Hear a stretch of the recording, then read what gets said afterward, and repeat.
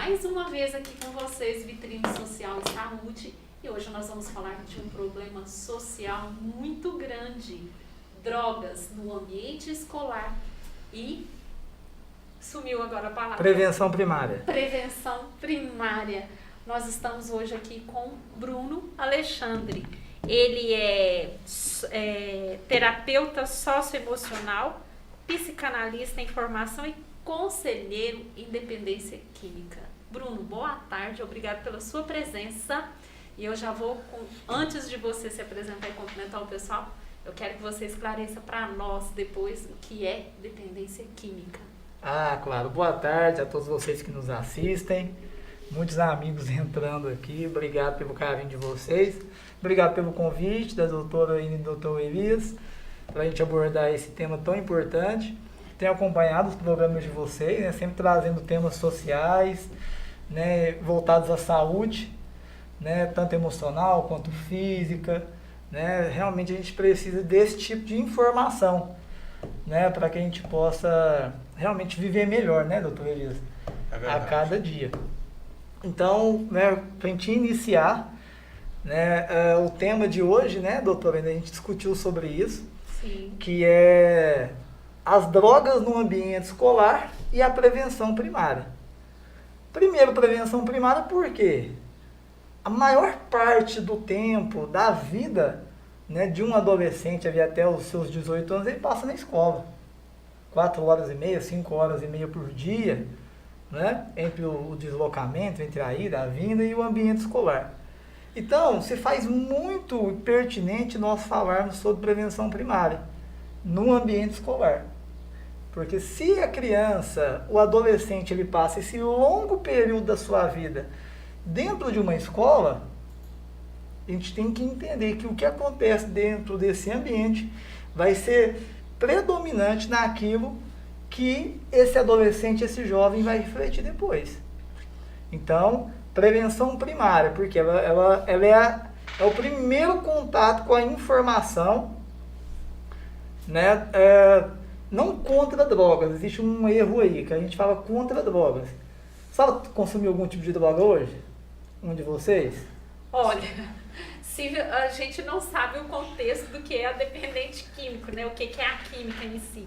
Mas um dia eu falei que não, e aí eles já começaram, ó, o chocolate Exatamente. Já começou. Eu falei, olha, então tá dando hoje pra eu tomo um falar que não. analgésico. Então, quando nós falamos contra drogas, nós estamos esquecendo que na drogaria vende inúmeras e milhares de drogas, né?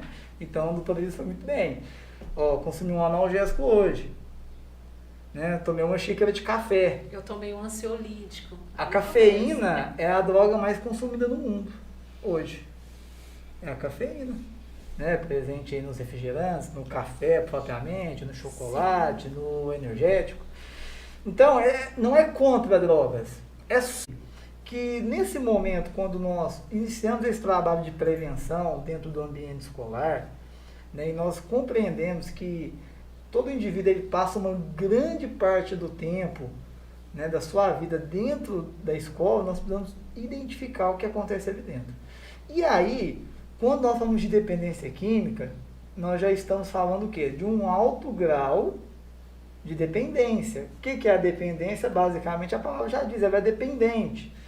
O organismo dela, o sistema mesolíbico, né, no cérebro, faz com que ela tenha a necessidade a todo tempo, né, fazer uso dessa tal substância a qual, né, ela se tornou dependente. Então, basicamente, isso é dependência química. É a perca do controle. É a perca da capacidade dessa pessoa de gerir o uso dessa substância ou não. Oh, eu quero café. Não, eu não quero mais café. O dependente químico, ele não tem, quando ele se torna dependente, ele não tem mais esse controle, né? Ele não consegue mais tomar essa decisão de sim ou não à substância a qual ele se tornou dependente. Basicamente, dependência química é isso, né? Então, nós precisamos compreender aonde que um indivíduo ele se torna dependente químico. Em que momento da vida? É de uma hora para outra? vai no estralar de dedos, ele acorda dependente químico, ele nasce dependente químico? Não. Ninguém nasce dependente químico.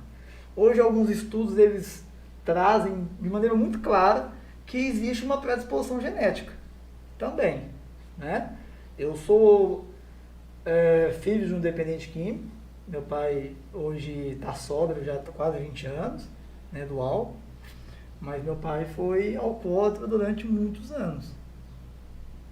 Toda a minha família, praticamente por parte de pai, né? Alguns estão sob idade, outros não, né? Então existe sim uma predisposição. Até porque, quando a gente fala dessa predisposição, a gente tem que entender que ela não é só genética. Né? É social também. Exatamente. É muito comprovado. É um ambiente também social. E aí a criança nasce naquele ambiente onde ela tem um pai alcoólatra. Além desse aspecto genético que a ciência tem buscado amadurecer, né, essa certeza de ter essa predisposição genética, existe todo esse contexto social que a gente também não pode negligenciar. Né? Vocês já ouviram falar do Dr. Issam Tiba? Sim. O Dr. Issam Tiba é uma referência nesse assunto e ele tem uma tese que assim, eu particularmente trago ela sempre nas palestras, nos treinamentos, que a criança, o primeiro contato que ela tem com qualquer tipo de droga é dentro de casa. Mesmo se os pais não fazem uso de nenhuma delas. Dessas drogas, não são drogas pesadas também, viu gente? Mais pesadas ou menos pesadas. Ou leve, não. São drogas mais potentes ou menos potentes. Então essa nomenclatura também de droga pesada, droga leve, não existe. Toda droga ela causa um dano. Agora, existem drogas mais potentes e drogas menos potentes. Essa potência que você fala é na questão de viciar ou não viciar? Ou todas têm essa mesma potencialidade? Não. Vício, qualquer droga, ela sendo lícita ou ilícita, ela pode acometer o ser humano. Certo. Qualquer uma delas, sendo lícita ou ilícita. Porque, vejamos bem, o álcool é uma droga lícita. E talvez seja a mais destrutiva de todas elas. O álcool, o cigarro, né? Sim, o cigarro. Né? Então são drogas lícitas. Né? Então, as drogas lícitas quanto ilícitas, todas elas podem causar dependência na mesma intensidade. A questão de potência ou não, quando nós falamos de drogas mais potentes ou drogas menos potentes, nós estamos falando dos transtornos que elas podem gerar. Né? Quando muita gente fala assim, mas a gente falou aqui antes, né, de iniciar sobre o uso da maconha. Mas tem pais que preferem deixar os filhos fumando maconha porque acham, né, não tem problema, é uma droga leve e tal. Mas na verdade não.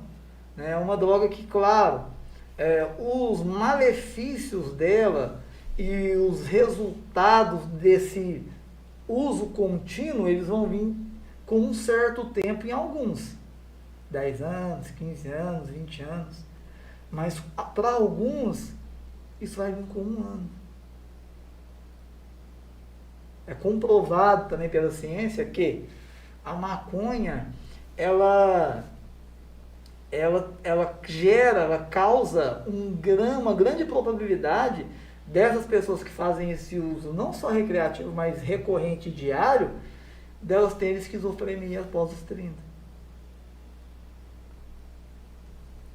Porque existem as classificações das drogas, né? Uhum. Drogas depressoras do sistema nervoso central, drogas estimulantes e drogas alucinógenas. E muitas das vezes a mistura dessas drogas, como o álcool é uma droga depressora. E aí ele está fazendo uso do álcool de uma maneira já bem elevada, e ele vai e fuma maconha, que é uma droga alucinógena. Essa combinação dentro do cérebro, ela é muito danosa, ela pode causar um dano cerebral. Isso é muito claro, e a gente tem várias, né, talvez as pessoas não ouvem falar muito disso porque elas não convivem, mas a gente que está inserido dentro desse meio, a gente vê isso assim, de maneira muito natural. né? E com mais recorrência. Né? Por quê? Como uma droga estimulante, a cafeína, a cocaína. E aí, a pessoa faz uso da cocaína. Então, ela vai lá em cima, porque ela causa euforia, ela aumenta, né, o metabolismo, e a pessoa ela fica agitada e tal. O trabalho cerebral dela está mais acelerado, né? O cérebro trabalha numa velocidade maior e de repente ela vai e enche o cérebro dela de uma droga depressora, que é o álcool. Então o cérebro dela estava em alta voltagem. A mesma coisa você tá na rodovia, de quinta, de repente o senhor vir engatar a primeira. O que vai acontecer com esse motor do carro, com o câmbio? Estourar. Vai estourar. É exatamente isso que muitas pessoas têm feito com o seu cérebro e com o seu organismo nessa mistura, né, dessas drogas que são de classificações diferentes. Né? E aí o que acontece? Ela gera uma dependência não só em uma substância, mas em várias. E é quando a gente fala que a droga de preferência, né, a literatura de narcóticos anônimos fala muito claramente disso. A droga de preferência. Né? Mas não quer dizer que ela não use outras drogas, né? Uhum. Mas ela tem uma droga de preferência, né? E a gente acaba usando também um outro termo, que é a droga de decadência, né? Que foi, muitas vezes, aquele indivíduo, ele faz o uso da maconha durante muitos anos, mas em algum momento, numa roda de amigos, até eles da escola, pode ser, oferecido um cigarro de maconha para ele, um fino, um baseado, diferente. Ele fala, nossa, mas isso aqui está diferente. Aí quando vão contar para ele, no meio da maconha tem pedra de crack. E aí é um mesclado, né, que a gente fala. E aí quando ela vai ver, ela quer sentir aquela sensação de novo. E aí ela se vicia no crack. E muitos entraram nessa barcada sem saber que estavam fumando crack. Desse modo. Né? Então, né, quando a gente fala dessa preocupação dos pais, dos educadores com o ambiente escolar, a gente, né, vocês como pais, a gente espera que seja um ambiente protegido. Sim. Né? Verdade. Que seja um ambiente protegido. Mas, se nós formos fazer uma avaliação, eu falo por experiência própria, né, por ser um dependente químico em recuperação há 9 anos, né? E também por ter tido muitos problemas na adolescência, onde eu iniciei meu uso de droga, a gente vai entender que eu digo para vocês isso com muita exatidão e assertividade, que a grande maioria dos casos desses jovens, né, que se tornam dependentes químicos, ou ele teve o primeiro contato com essa substância dentro de casa, ou na escola.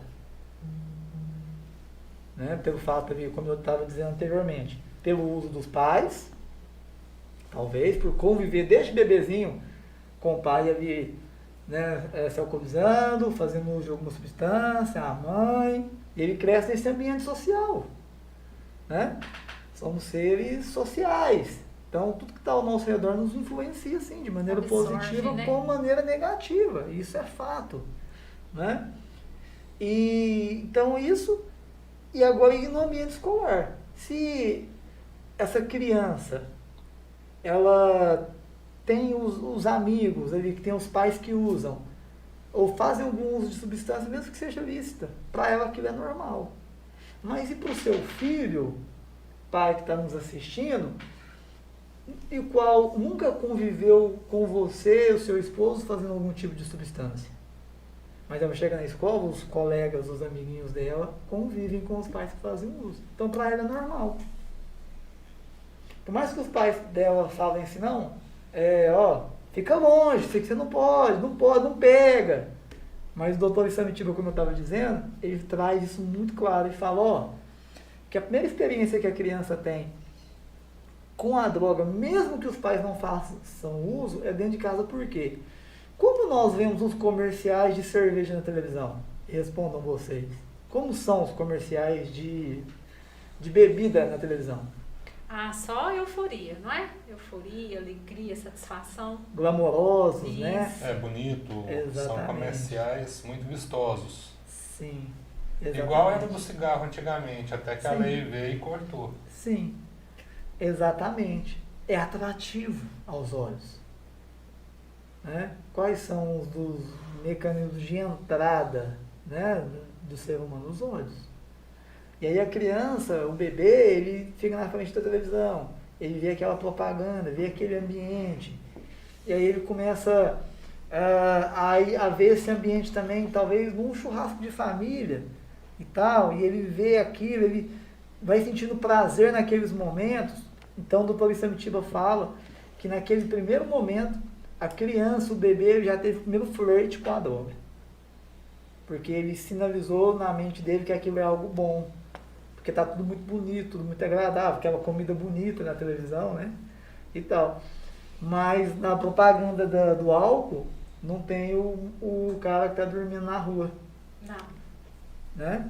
Um carotinho. Não tem. Né? Então, ali começa. E aí ele diz que para aqueles lares onde os pais já fazem algum uso de substância, como que funciona? Filho, pega para mim uma cerveja na geladeira. Filho, acende o cigarro para a mamãe no fogão. Quem nunca viu isso ou fez isso? Talvez não nessa geração, mas a nossa geração sempre foi assim. Né? Para aqueles pais que fumavam ou bebiam. E aí, aquele tio engraçadinho que pega a espuma da cerveja e dá para a criança. Quem nunca viu isso? Muito comum isso. Né? E aí o doutor Samitiba fala que a partir do momento que ela bebe aquela espuminha, ela tá ficando, que é a expressão que jovens usam, né? Por aquele primeiro beijo, ele tá ficando com a droga, com a bebida, no caso ali especificamente. Né? E aí quando ele se torna um pouco maior, né, que ele já tem um pouco mais de ciência, de entendimento e tudo aquilo, ele já tem aquilo como algo positivo e prazeroso. Né?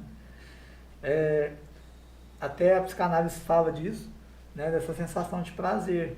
Ele sempre vai buscar algo que faça com que ele sinta prazer. A gente sempre vai buscar, isso é do ser humano. Né? Isso é desde do momento que nós saímos do útero das nossas mães e mamamos pela primeira vez. Não é isso? Então a gente sempre vai fazer essa busca inconsciente por aquilo que nos satisfaça e nos dê prazer. E aí, quando ele chega na escola, ele 7 anos, 8, 9, 10, 11 anos, que ele vai entrar na fase da adolescência, que ele sai da terceira infância e vai entrar na adolescência, ele já tem aquilo como, mais que digam para ele que não, sem a mãe saber, ele já bebeu a espuminha, sem a mãe saber, ele já acendeu o cigarro lá e ele já pôs na boca. E aí, quando chega na escola, ele já está ambientizado com aquilo. E aí, eu falo por experiência própria, né, eu convivi num ambiente onde meu pai sempre fumou e sempre bebeu. E quando eu cheguei na escola, né, sempre estudei em lugares periféricos, até que ali na quarta, quinta série, nos meus 10, 11 anos, eu não tinha tido nenhum contato com esse tipo de substância dentro da escola. Naquela época, isso era 2004. Não, 2004 não, 2002, né? 2003, sim. Mas hoje não. A gente vai fazer palestras de prevenção em escolas e é um esforço, a gente tem que se oferecer, porque parece que ainda eles não entenderam que a prevenção primária dentro da escola é a chave. Eles não entenderam ainda. A gente sai na hora do intervalo. Talvez porque eles acreditam que ali seja o lugar mais inocente ainda. Mas não é. A gente que tem uma percepção maior, a gente sai nos intervalos, a gente já consegue fazer Identificação dos grupos, né? Uma identificação e um diagnóstico do que está acontecendo ali. Porque o adolescente em si, aí vamos caminhando. Por que ele resolve experimentar? Por quê? Assim, o fator predominante para que uma pessoa experimente qualquer tipo de droga é a curiosidade. Mas o que desperta essa curiosidade nela? No ambiente escolar, o fato de uma grande maioria dos amigos, daquelas pessoas da sala dela, estarem usando e ela não. Então, o que a nossa mente, quando vai comprar um produto, ela busca? Avaliações, não é? Nossa, tem 10 pessoas falando bem e comprando esse produto e uma fazendo objeção. Então, o que a nossa mente entende? Por associação. Que esse produto é bom, não é? Uhum. A mesma coisa com a droga. Com o cigarro em si, no ambiente escolar, eu falo porque quando eu cheguei no colegial, tinha um grupinho que fumava na escola onde eu estudava atrás das árvores. Um grande grupo, na verdade. E aí o Bruno também começou a fumar cigarro. Mas por quê? Eu vi todo mundo fumando, eu cresci com meu pai fumando. Eu sabia que aquilo era ruim, eu achava fedido em certos momentos, mas aí vem uma questão que vocês pais, educadores, né, precisam dar essa oportunidade e investir em prevenção dentro das escolas. Né, e investir também em seus filhos em acompanhamento terapêutico, né, em psicoterapia, porque muitas das vezes, na grande maioria das vezes, esse desejo de experimentar por curiosidade, porque todos estão fazendo, como eu acabei de dizer, se dá porque o adolescente ele quer se sentir aceito. Ele quer fazer parte daquele grupo também. Né? Ele quer se sentir parte daquilo. Mas existem, assim, você está falando de fazer parte daquele grupo. Não existe só um grupo na escola. Uhum. Aí esse grupo especificamente que começa já ali com essas substâncias químicas, existem o outro grupo. Você acha que ele não é aceito em nenhum ou ele que procura esse grupo que já está usando essas substâncias? Interessante.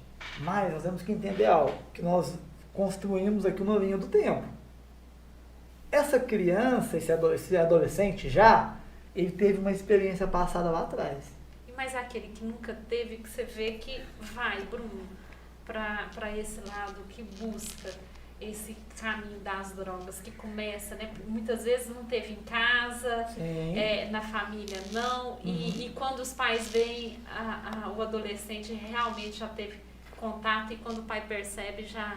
Sim. Não vou dizer que está tarde, mas que o filho já está bastante viciado. Num processo avançado.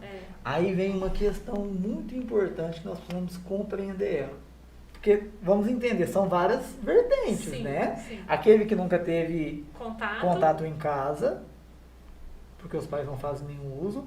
Aquele que cresceu num ambiente social propício para o uso, porque os pais usam, ou a família, né? E tudo, são grupos diferentes. Porém, esse que nunca teve a experiência em casa, e em algum momento ele faz essa experimentação, aí que vem a questão.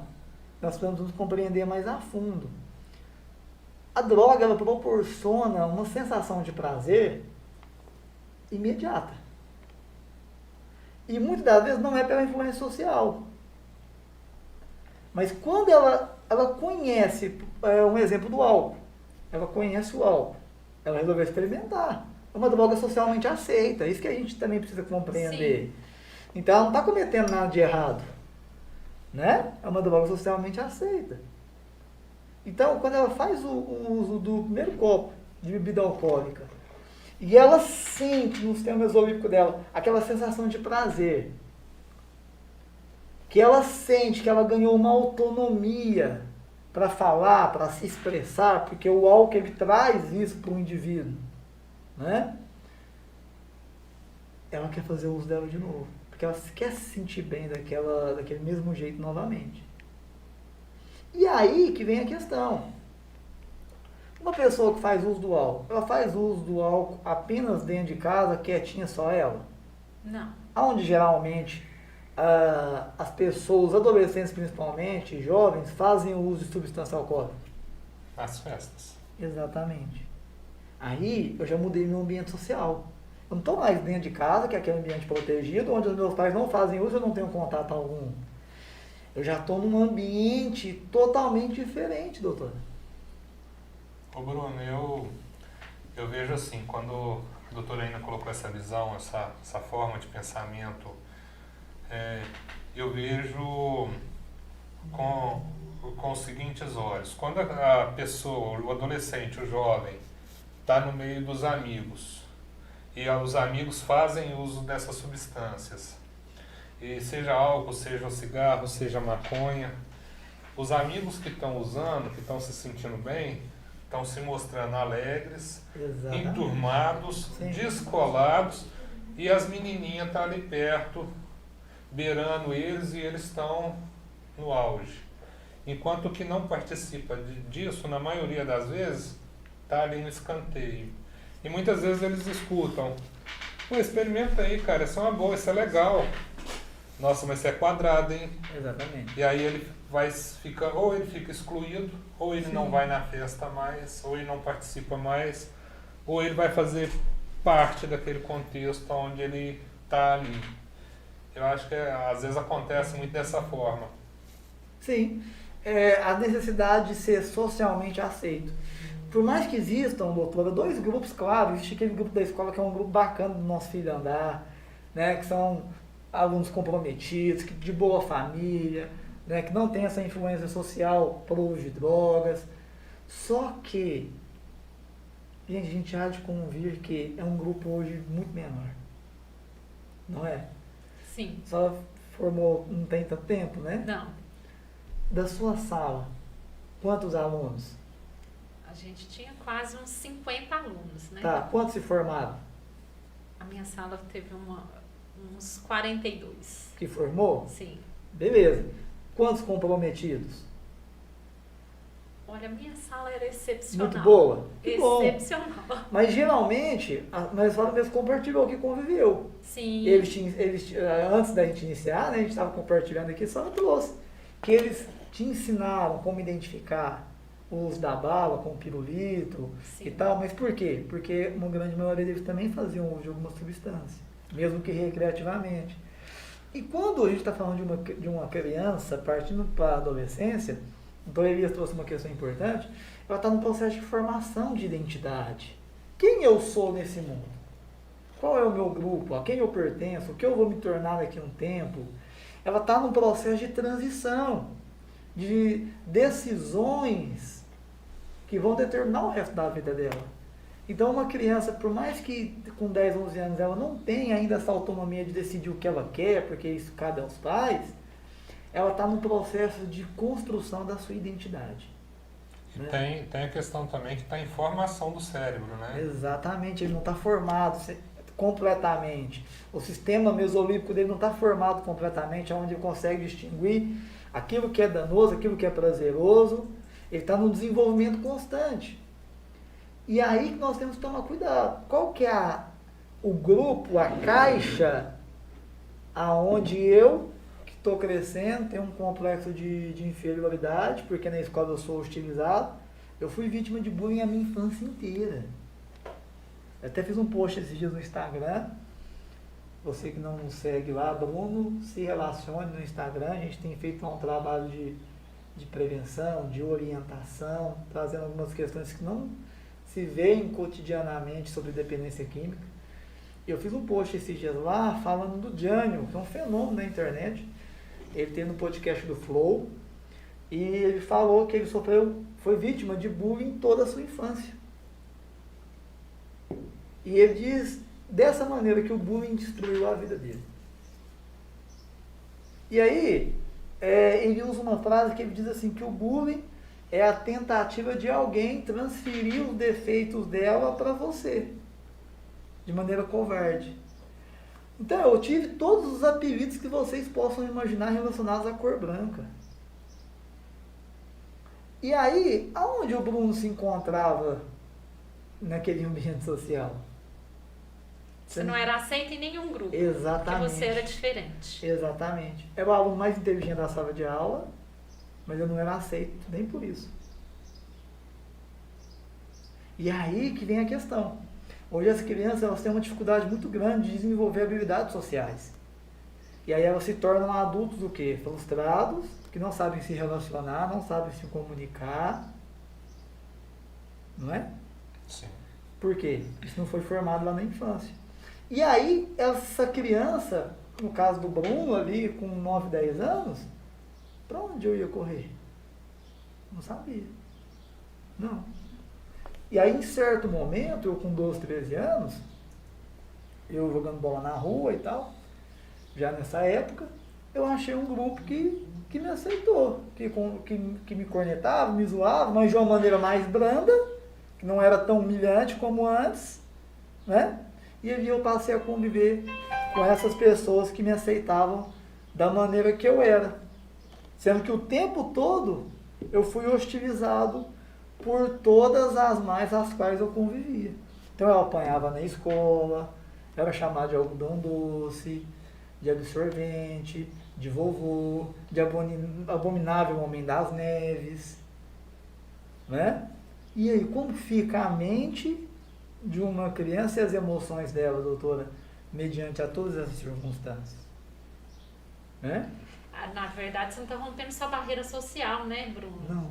Você está rompendo barreira psicológica, barreira emocional ali, né? Sim. Porque nós que somos das escolas públicas, né? Eu também, eu tinha que romper essas barreiras, porque dentro da escola pública tem todos os níveis de gente social ali convivendo. Os mais educados. Eu também sofri bullying na escola, eu também passei muita coisa na escola. Só que parece que cada um tem uma maneira, né, Bruno, de encarar. Como vem isso pra gente, né? E talvez os pais não estão preparados para nos ajudar. Exatamente, aí vem a questão. Como uma criança de 9, 10 anos, ela mesma vai criar um mecanismo para lidar com isso. Ela não tem essa habilidade, ela não tem essa autonomia. Eu brigava. Aí vem exatamente. Então a minha mãe ia à escola todas as semanas, porque o Bruno estava tendo problemas de relacionamento, o Bruno estava sendo agredido, ele devolvia, ele brigava. Era o Bruno que estava com problema, Sim. né? Não as pessoas com problema. Exatamente. Às vezes verbalmente eu ia agredir as pessoas. Eu apanhava demais na escola, toda semana quase. Então aí que vem o papel da escola, porque a gente também não pode transferir a responsabilidade apenas para os pais e nem só para a escola. A gente tem que dividir esse piano aí para carregar ele. Porque, na verdade, a escola precisa ter ferramentas, já que a criança passa a maior parte da vida dela dentro da escola, principalmente as escolas que têm período integral, a gente tem que ter dentro dessa escola ferramentas. Sim. Um bom psicopedagogo que não vai avaliar apenas as questões de aprendizagem dessa criança, a gente precisa ter ali... Eu sempre falei isso, a gente fez um trabalho uns anos atrás, numa escola do estado, aqui na cidade de Uberaba. Primeiro, para a gente fazer uma palestra lá sobre drogas, a gente teve que pedir autorização para o tráfico de drogas. Vocês verem um nível. E quando nós chegamos lá, nós assim, diagnosticamos várias situações e tal. E ali a gente teve uma oportunidade na época, né, até remunerada, assim, de maneira bem simbólica pelo diretor, porque realmente ele precisava de ajuda. A gente desenvolveu ali, durante 2 meses, um trabalho sequencial ali dentro dessa escola. Nós tivemos uma melhora assim, significativa da escola. Das turmas, né, que estavam sendo tratadas como problemáticas, né. Mas sabe o que faltava ali, doutor? Alguém que falava a língua deles. Alguém que estava... Exatamente. A vivência, né? Que falava a língua deles, que sabia compreender o momento que eles estavam passando. Que falasse sobre drogas, não é nada contra a Polícia Militar e o PROERD. Não tenho nada contra, e acho algo fantástico de se fazer assim. Mas, assim, gente, vejamos bem. Né? Talvez tenha algum militar nos assistindo, compreenda bem o que eu estou dizendo. Qual que é a probabilidade de uma criança que nasceu num lugar periférico, ou qualquer outra, né, criança ou adolescente que está fazendo algum tipo de uso de substância, ou mora em um lugar onde o tráfico de drogas ele é muito recorrente e faz parte da vivência diária dela pedir ajuda ou compartilhar isso com um policial militar? Nenhuma. Exatamente. Então, na verdade, é repressivo, é repressor, né? Esse trabalho, de certa forma. Ele é ali para enxugar gelo, na minha opinião. Eu vejo assim, porque eu já ouvi isso de professores, já ouvi isso de alunos, né? A gente já rodou muitas escolas de Uberaba que tiveram no trabalho do ProERD. Mas quando a gente chega lá e a gente usa o vocabulário que eles usam, a gente conhece, viveu, teve a vivência, né? O conhecimento empírico, ele é talvez, né? Claro que toda a teoria, toda a ciência ela é muito válida e ele precisa do outro para se sustentar, mas a gente precisa entender que o conhecimento empírico ele é formidável, ele é efetivo.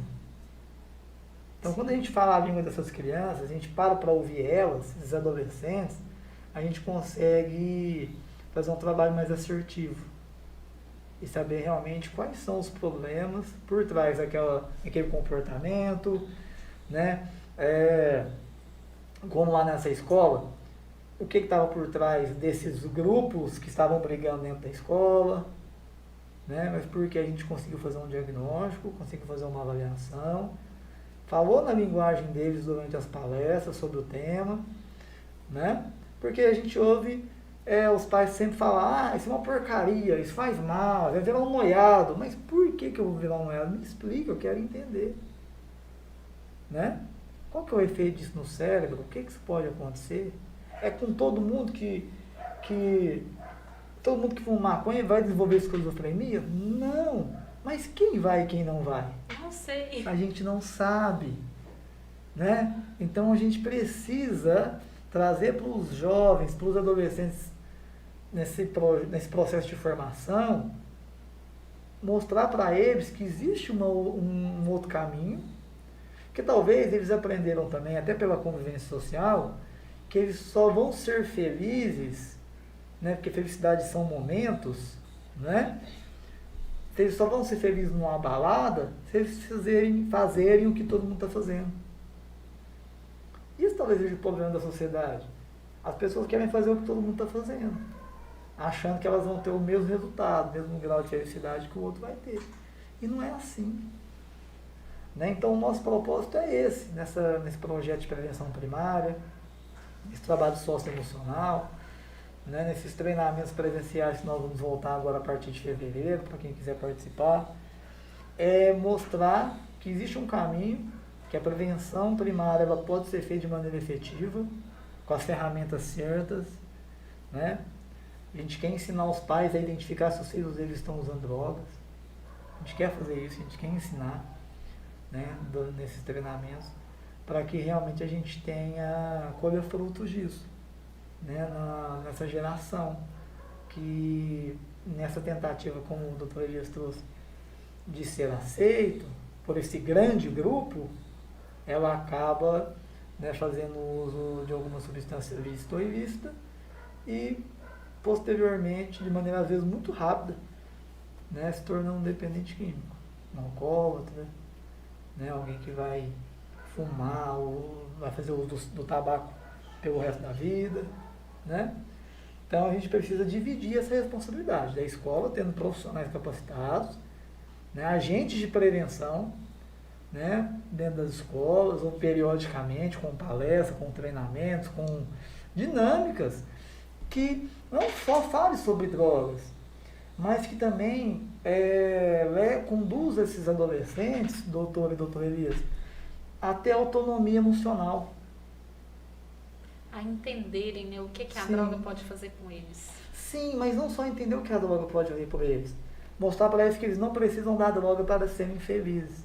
Ô Bruno, e assim, no contexto da escola pública, no contexto da periferia, mesmo num contexto social melhor, mas vamos pegar só esse contexto mais periférico, que é onde acontece mais. A gente vê muitos pais desajustados, pais que geram violências um contra o outro, às vezes é o pai agredindo a mãe agredindo o pai.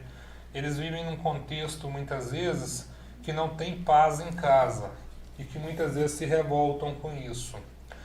E um dos mecanismos de fuga é afrontar os pais fazendo o que os pais dizem que não é bom.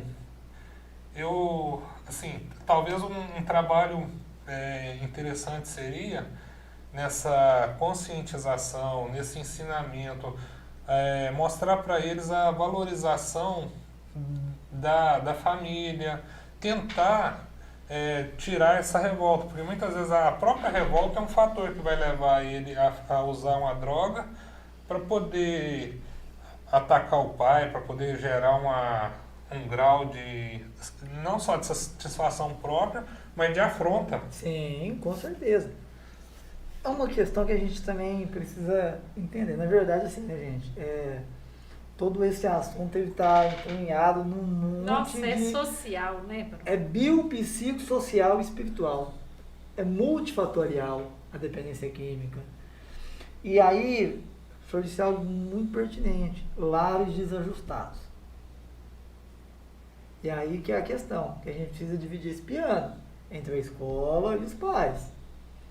Se essa criança ela vive num ambiente social desajustado, a tendência dela ser desajustada É muito grande. é muito grande, né? Porque é a referência que ela tem, não é? Né? É muito delicado isso. Então, vamos lá. Eu identifiquei dentro da escola que esse adolescente ele tem muita dificuldade de relacionamento, ele muda de humor de maneira assim, muito instantânea e tal. Qual que é o papel da escola? Primeiro, chamar os pais. Beleza.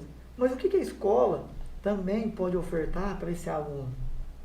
Um acompanhamento dentro da escola, né? Para a gente poder entender. Aí vimos que, igual a doutora Elia disse, o problema está realmente num lar totalmente desajustado. Agora, a gente fez um trabalho uns anos atrás numa escola do estado de Pindamonhangaba, e nós ficamos 6 meses dentro dessa escola. Só que, por que isso não se dá continuidade? Porque a gente também precisa sobreviver, né? E aí não tem incentivo para a gente fazer isso. A gente fez como uma experiência mesmo, para a gente entender alguns fatores. E aí, o que a gente identificou através de algumas atividades lá do Parelias? Né? Que os alunos não compartilhavam isso com os professores, mas a gente identificou através de redações que a gente propôs e atividades que tinham filhos lá. Olha quantos grupos dentro de uma escola só, de 4, 5 salas.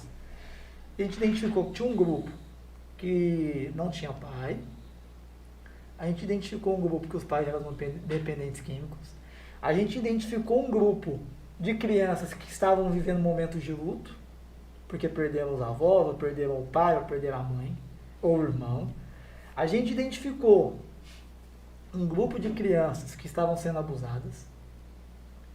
Então a gente identificou 7, 8 grupos dentro de 4 ou 5 salas de aula.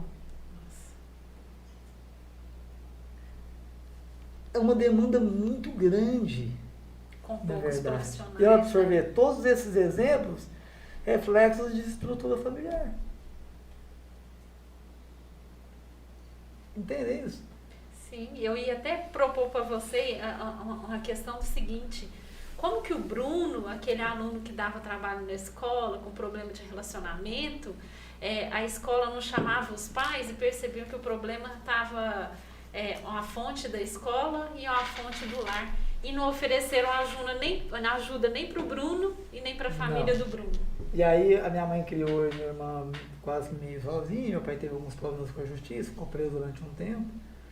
E aí nesse período foi um momento muito difícil para nós também, né? Para poder passar por tudo isso. Mas graças a Deus eu tive uma professora no 4º ano que ela olhou diferente para o Bruno. Essa professora. Mas dentro da escola não tinha uma psicopedagoga, não tinha pessoas preparadas para lidar. Primeiro, porque eu tenho uma deficiência visual grave. Uhum. Né? Então, a minha convivência no ambiente escolar já não era muito agradável por conta disso também, além do albinismo, que eu era hostilizado pela cor da minha pele. Né? Então, uma série de fatores também. E essa professora, ela mesma procurou a minha mãe, né, por conta própria, e, assim, arrumou uma situação de briga mesmo lá na escola, né, levou minha mãe lá, sentou ela com a equipe da escola, com a diretora, com a supervisora, né, para falar do Bruno. E aí foi aconselhada a minha mãe que procurasse ajuda especializada para me ajudar, né, na época. E aí foi quando eu comecei a fazer psicoterapia. Né? A gente achou uma profissional que eu mirava na época que foi muito voluntariosa, ajudou a gente muito durante muitos anos. E aí foi aonde eu digo que foi a virada de chave na minha vida, né? Emocional, né? Que o Bruno passou a aceitar quem ele era, a saber que também, além dos defeitos, entre aspas, né? Porque a gente acaba em certo momento que a gente é tão hostilizado que a gente acha que é um pecado ou uma culpa ter nascido albino ou com problema de visão. Né? Mas eu entendi que não, né? Que existem pessoas diferentes, que cada um tem a sua qualidade, tem os seus defeitos, tem as suas dificuldades. Né? Então, a partir dali, o Bruno ganhou uma autonomia. E ali a minha vida ela se transformou totalmente. Porque ali eu identifiquei, né, comigo mesmo, me identifiquei comigo mesmo, assim, quem eu era, né, com os valores que eu tinha. E assim, e virou a chave em questão dos relacionamentos interpessoais. Só que teve uma questão. Depois desses 3 anos que eu passei pela terapia, já por volta dos 14 anos, eu precisava agora pegar todo esse conteúdo que eu tinha agora, de saber quem eu era e tal, e tudo, e canalizar isso, aonde eu me perdi. Que aí eu comecei a trabalhar como menor aprendiz, né? E até dentro do programa de menor aprendiz, né, tinham meninos lá que faziam uso de substância, aqui em Uberaba, né? E tudo, e ali eu tive convites para ir em festas, para ir em eventos e tal. E a partir desses eventos, né, eu fiz a minha primeira experimentação da cocaína. Alguns estudavam comigo na escola e no Probem na época, né? E tudo. E aí foi a minha primeira experiência, com 14 anos, com a cocaína. E com o álcool, né? Com o álcool eu comecei também aos 14 anos. E a partir daí, um menino todo introvertido, cheio de dificuldades de se relacionar. O adolescente, quando ele sai da terceira infância e entra na adolescência, ele começa a despertar esses desejos, né? Até afetivos, né? Aquela menina da escola que é bonita e tudo. E eu nunca tive boas experiências em relação a isso, né? Eu era muito hostilizado, até pelas meninas também, pelo sexo oposto, né? E tudo, me sentia muito mal com aquilo e tal. E aí, quando essa chave virou depois da terapia, eu fiquei com todo esse conteúdo sem saber o que fazer com ele, eu tive que canalizar ele em algum lugar, né? E aí foi aonde eu comecei a ir nas festas, nos eventos e fazendo uso do álcool de maneira mais recorrente, não só de maneira recreativa, tipo, o que é o recreativo? Nos fins de semana, mas todos os dias, né? Todo fim de semana, sexta, sábado, domingo, quinta, sexta, sábado, domingo. E aí, o fim das contas, foi um Bruno que se tornou um dependente químico, né? Primeiramente da cocaína, consequentemente do álcool, né? E até chegar no crack. Nossa, Bruno. Sim. Então foram anos muito intensos, eu vivi muitas experiências, dos 14 aos 18. Bruno, mas assim, o seu pai, eu não sei se estava presente nessa época aí, como que os pais começam a perceber que o filho tá indo por esse caminho? Quais são as principais características que um jovem, um adolescente pode demonstrar para os pais? Ou ele em casa, ele chega em casa já sóbrio, muda o comportamento? O que acontece pro pai, né? Porque você está falando, vamos desenvolver o projeto, porque a gente precisa realmente abrir a mente da gente para a gente poder saber identificar. Algumas dicas muito simples, né? Muito básicas, assim. Primeiramente, observe de quem os seus filhos falam demais, os amigos que eles falam demais. De maneira muito discreta, procure saber quem são esses amigos, né? Não com indagações, né? Tem que ser de maneira inteligente, discreta, para que você possa fazer uma avaliação de quem são esses amigos, né? Porque quando uma criança, um adolescente, ou até o mesmo adulto, ele tem muita dificuldade de se inserir em ambientes e ser aceito, quando ele acha alguém que aceita ele, o que ele faz essa pessoa? Admira, né? Exatamente. Então, observe, primeiro, né, a pessoa, o coleguinha, o amigo que seu filho tanto fala, né, procure se informar, né, quem é, chame ele para sua casa, para que você veja, para que você faça uma avaliação, né? Então, ó, vamos trazer seu coleguinha aqui hoje para tomar um lanche, jogar no videogame. Isso é muito válido, isso precisa ser feito. Segundo ponto, a mudança de comportamento é normal da adolescência, repentina muitas das vezes. Porém, quando a gente fala de um adolescente, de alguém que está se iniciando no uso de alguma substância, é claro que ela vai mudar de comportamento porque está modificando a maneira do cérebro dela funcionar também e do organismo. Então, por mais que alguns comportamentos sejam naturais da adolescência, como o aumento da fome, a disfuncionabilidade no sono, né?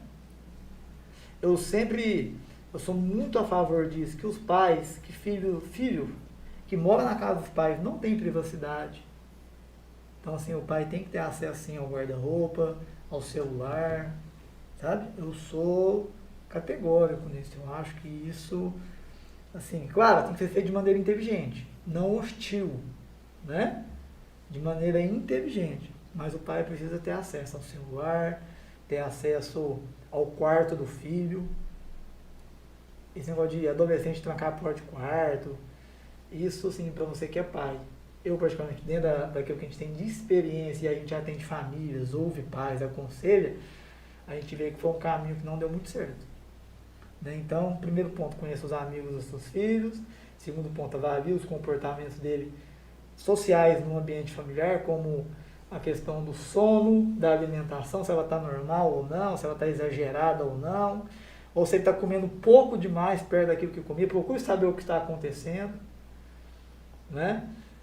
Terceiro, tenha acesso ao quarto do seu filho, aos bolsos do seu filho, né? Na roupa que ele põe para lavar, sempre olhe, sempre verifique, né? Se tem algum tipo de substância que seja estranha, tenha acesso ao guarda-roupa dele, né? Quando eu digo de maneira inteligente ao celular, se possível, uma criança de 10, 11 anos, ela não tem que ter autonomia de fazer o que ela quer com o celular dela, né? Isso não existe. Mas a partir do momento que cresce um pouco mais, já fica um pouco mais difícil. 14, 15 anos. Mas, como eu disse, eu acredito muito nisso. Que se um filho está sob os cuidados dos pais, os pais eles têm o direito, né, de ter livre acesso a tudo que pertence a esse filho. Né? E outra coisa que a gente precisa observar bastante, se ele está aparecendo em casa com objetos diferentes, né, não são deles, que se ele mora com você, ele não tem renda, quem tem que comprar isso é os pais, não é? Qualquer tipo de objeto novo. Sim. Então observe, pergunte de quem é, aonde você arrumou, né? Para que a gente possa identificar o que está acontecendo, né? Uma criança que chega com um objeto que não é dela, em casa, aonde que ela conseguiu isso? Onde ela comprou? Com que dinheiro ela comprou? Né? Como ela fez? E outra coisa, é a maneira também que os filhos gastam o dinheiro que os pais dão. Tem uma mesada, tal, né? Ó, R$100 por mês. Tá, então você vai me prestar conta. Estou te ensinando a administrar o seu dinheiro. Tem que ter estratégia. Onde você gastou esse dinheiro aqui, isso aqui, né? Porque os pais precisam ter esse acesso. Né? Um pai que consegue ter esse tipo de... Não, a gente não pode dizer isso que é um controle, né? Não. Que consegue fazer esse tipo de intervenção... Participar da vida do filho. Ter liberdade de conversar com ele sobre todos os assuntos. Exatamente, de maneira amigável, não hostil. É claro que pela preocupação, muitas das vezes, isso é feito de maneira muito acerbada. Mas por isso que a gente está, né, nessa missão, para a gente oferecer realmente essa ajuda. né? Para que os pais consigam fazer isso. Porque muitas vezes também, doutora Bia, já criou um ambiente tão hostil entre os pais e os filhos, que os pais já não conseguem mais nem fazer esse caminho de volta e ter essa relação amigável com o filho. Não consegue. Então, assim, de certa forma, os pais precisam criar estratégias, né, de fazer essas simples conferências, né, nesses aspectos. E se identificar que tem algo errado, né? Aí que vem também a questão que precisa ser aprendida. Existe também a maneira de confrontar. Você achou lá um baseado, você achou lá um pino de cocaína nas coisas do seu filho, você vai chamar ele de noiado, de sem vergonha, seu advogado, vai fazer isso? Não. Qual vai ser o resultado? Foi o doutor já falou. O que ele vai fazer? O que ele vai fazer? Fora que disse, né? O que ele vai fazer para contrariar? Vai usar mais. A gente tem relatos de filhos que fogem de casa, né? Que agridem os pais. A gente tem. Então, é uma linha muito tênue. E cada caso é um caso. Não existe um padrão. Ó, segue essa receita. Que vai dar certo. Não. Por isso que os pais, como eu disse lá agora há pouco, que a gente precisa dividir o piano. Os pais precisam se responsabilizar pelos seus filhos. Se tem condição, terapia, psicoterapia para o seu filho, terapeuta socioemocional, alguém para ajudar ele a desenvolver habilidades que você viu que ele não tem, como de comunicação, como de se relacionar com outras pessoas. Seu filho não tem amigos, ele só fica no videogame, no computador, que hoje é muito comum, né? Esse vício cibernético, né? Precisa de ajuda. Existem muitos especialistas, muitas pessoas que estão chegando nesse mercado para ajudar jovens, adolescentes e adultos que são viciados em jogos, em pornografia, não só no uso de drogas. E é isso que a gente tem tentado fazer, nesse trabalho socioemocional. Porque eu entendo que até o dependente químico, doutora, que para, né, como eu estou sóbrio há 9 anos, que desde de fazer o uso de uma substância ilícita, como crack, como cocaína, de alguma dependência química, ele pode em algum momento fazer uma transferência de compulsão. Então ele não usa droga mais, ele não é viciado em cocaína mais, ele é um dependente químico de recuperação, está sóbrio há tanto tempo, só que o cara engordou 40 quilos. Por quê? A gente tem que entender basicamente, como eu disse lá no começo, esses movimentos que muitas vezes os jovens fazem, os adolescentes, os adultos, de beberem até cair, de comerem até passar mal, de ficarem noites e noites na frente dos jogos, todos esses excessos, eles estão condicionados a quê? Ao intuito desse indivíduo de sentir prazer. Basicamente isso. Né? Essa busca incessante pelo prazer. Então, a comida, ela tem esse poder? Não tem? Sim. Com a gente? Né? E aqui a Ana sempre fala muito disso. Eu mereço. Não, gente, não merece nada. Né? Porque muitas vezes isso é uma válvula de escape para não resolver o problema, para não fazer o que precisa ser feito. Né? Então a gente tem que também ajudar as nossas crianças, os nossos adolescentes. A gente tem um adolescente em casa, né? A gente está fazendo um trabalho, né, com ele que não é fácil para ninguém. Como eu disse, não existe fórmula mágica. Cada caso é um caso. Por isso, vou repetir, que existem os especialistas, como os psicólogos, né, os terapeutas, né, para desenvolver essas habilidades sociais. Como está faltando talvez disciplina, precisa de uma rotina para ser desenvolvida. E às vezes a gente tem uma concepção que só aqueles que são da classe média e tal têm acesso a esses profissionais, mas não. Existem trabalhos muito, muito bons e em preços acessíveis. Né? Também os pais, vocês pararem um pouco muitas vezes meus pais não param para reparar os seus filhos. Né? Tá sempre correndo, tem um menino de 9, 10 anos, para o menino ficar quieto ao celular, compra o jogo na PSN que você quer, para você ficar quieto, para você me dar paz, mas o caminho não é esse. né? O filho não é para trazer paz, né? O filho é para trazer mudança, estímulo, né? Exatamente. Né? E às vezes também existe uma concepção A também dos paz pais. é um contexto que a gente consegue fazer ali junto, mas o estímulo é... E olha que coisa isso. A paz, só é resultado de um conflito definido. Sim. A paz só é resultado de uma guerra a ser travada, De uma resolução. de um trabalho, uma resolução, é um fim. É o que eu sempre falo, o que é felicidade e o que é alegria? Alegria é um estado de espírito, felicidade são momentos. Infelizmente, a nossa sociedade, ela tem ensinado para as crianças, para os jovens, para os adolescentes, para os adultos, através da televisão, da mídia, desse meio artístico, que ela precisa a todo tempo buscar ser feliz. E a gente sabe que não é assim.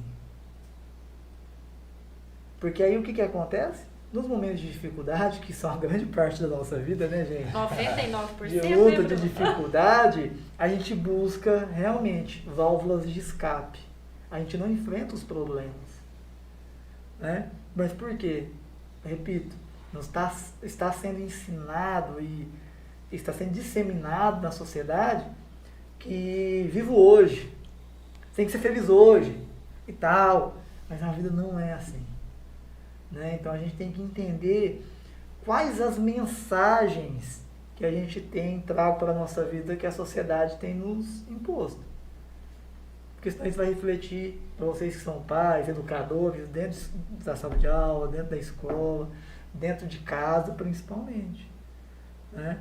E aí quando a gente fala de válvulas de escape, as pessoas não lidam com os problemas, elas são frustradas, então elas precisam de algo para preencher esse vazio existencial. Então existem mulheres que são viciadas em compras. Né? Ela tem relacionamentos frustrados, ela não desenvolveu habilidades sociais, não desenvolveu habilidade de conversar com o parceiro, não desenvolveu, então ela não consegue resolver problema nenhum, então ela termina o relacionamento e ela vai para o shopping.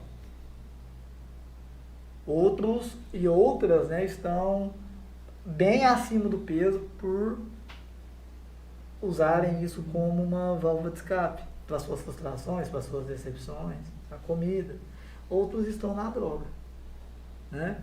Outros porque perderam os pais, não conseguiram. Também existe um preconceito muito grande ainda, as pessoas não buscam ajuda especializada, né? Mais uma vez, vocês são da área da saúde, vocês sabem muito bem disso. A pessoa não vai fazer nenhum trabalho preventivo. Nenhum. Qual é a ligação que você recebe no sábado, 5 horas da tarde? Doutor, não estou dando conta de dor, preciso de... Não é assim? É assim. Não, e às vezes ficou a semana inteira com dor, foi Deixa controlando ali com um medicamentozinho, uma noite. droguinha qualquer. Exatamente. Aí quando perde o controle e já não suporta mais, ai doutor, às vezes é domingo, às vezes é feriado, às vezes é de noite, de Às vezes é madrugada. Natal, né, amor? Exatamente. Você acredita? Acredito, sim, eu sei como é. Às Por vezes quê? é Natal, A gente também é amor. procurado quando a bomba já estourou. O cara já está lá na biqueira, lá internado lá 2 dias, com o carro penhorado, aí eles ligam pra gente ajudar. Aí eu falo, o que você quer que eu faça? Agora não tem jeito. Não, a gente já tem ajuda, a gente, né? Mas como? Então, né, gestores de instituições de ensino, né, nos dê oportunidades, né, remunerem a gente, levem a gente para ajudar vocês.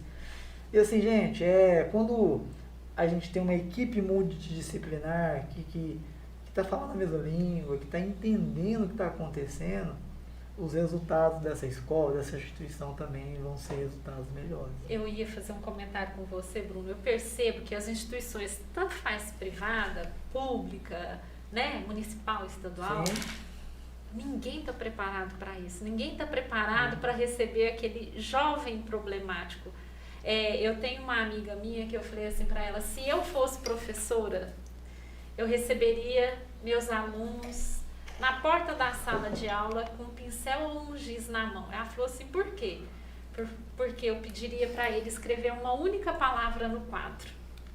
Ela falou assim, como assim? Eu falei, porque eu daria minha aula, seja qual matéria que fosse, diante daquelas palavras ali, eu saberia as emoções dos meus alunos.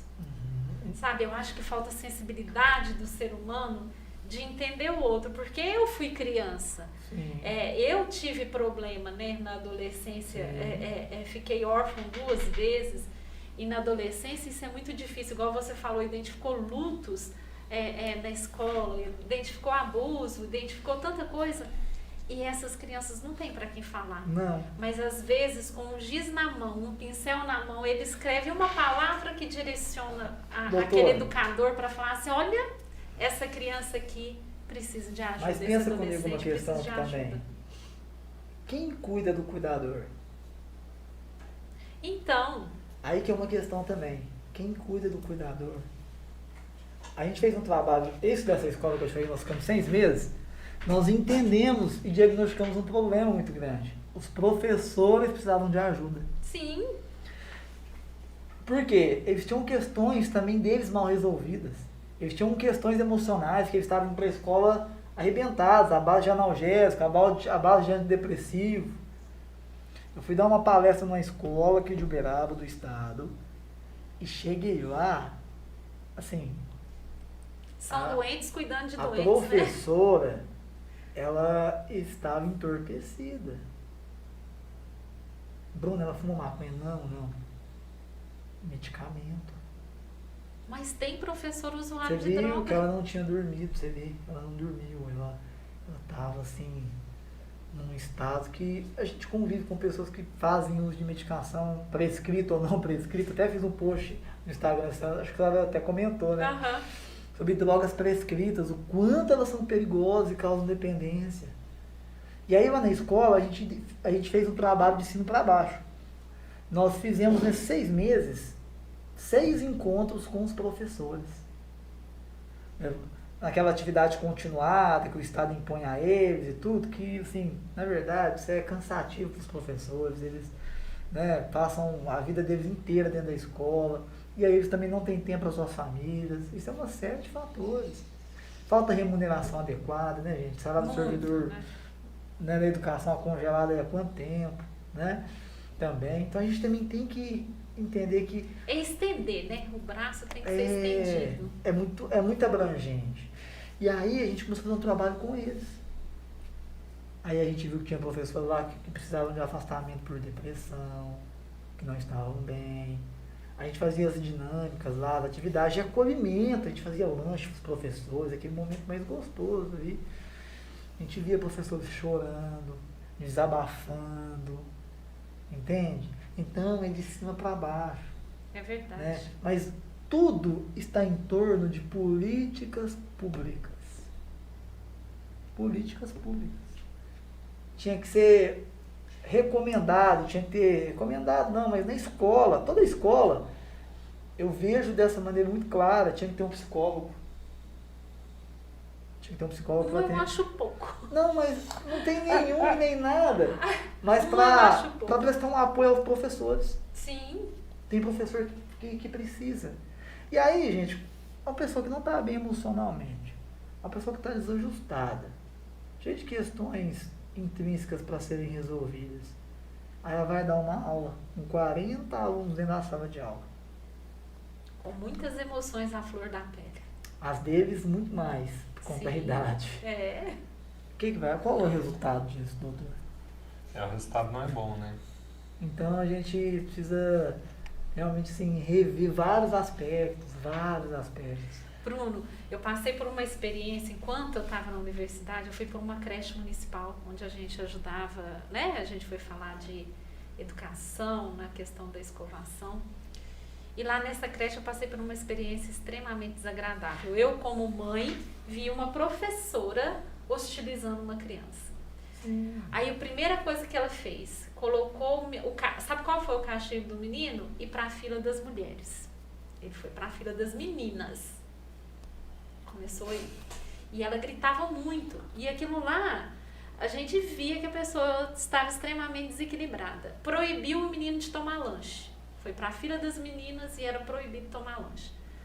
Aí, já viu, né? Jovem, né? Eu tô ali no meio dos jovens e os meninos da minha sala muito jovem. A gente já foi lá e já tirou o menino arbitrariamente, né, da ação do professor. Não, você vai tomar lanche sim. E não precisa ficar na fila das mulheres. É porque isso fere princípios do Estatuto da Criança e do Adolescente. Aí, quando foi o último dia de aula, lá nessa creche, nós juntamos todo mundo e compramos um presente para essa criança, né? Aí eu fui conversar com a diretora, que eu queria entregar os presentes para ele, e ela falou assim, ele não é santo, ele não é santinho, vocês estão tratando ele como santo. Eu falei, sim, não, ele não é santo, nem é para ser santo, ele é uma criança, ele não é para ser santo. Aí ela falou assim, mas a professora tá com muitos problemas, o filho dela tá com câncer. Eu falei, por que ela não tá afastada? Né? Sim. Olha, a professora precisando Sim. de ajuda e tendo que estar lá. E de certa forma ela escolheu uma criança, né, que também precisava de ajuda para ser utilizada. E é aí, o que você falou, né? Todos precisando de ajuda. Sim, mas aí eu digo, passa por políticas públicas. Sim. Políticas públicas. Um profissional bem remunerado, qual que é a chance dele render melhor no trabalho? É maior. Um profissional bem remunerado, ele tem condição de se cuidar melhor. Um profissional bem remunerado, no caso, estou dizendo os professores, Sim, né? Todos, né?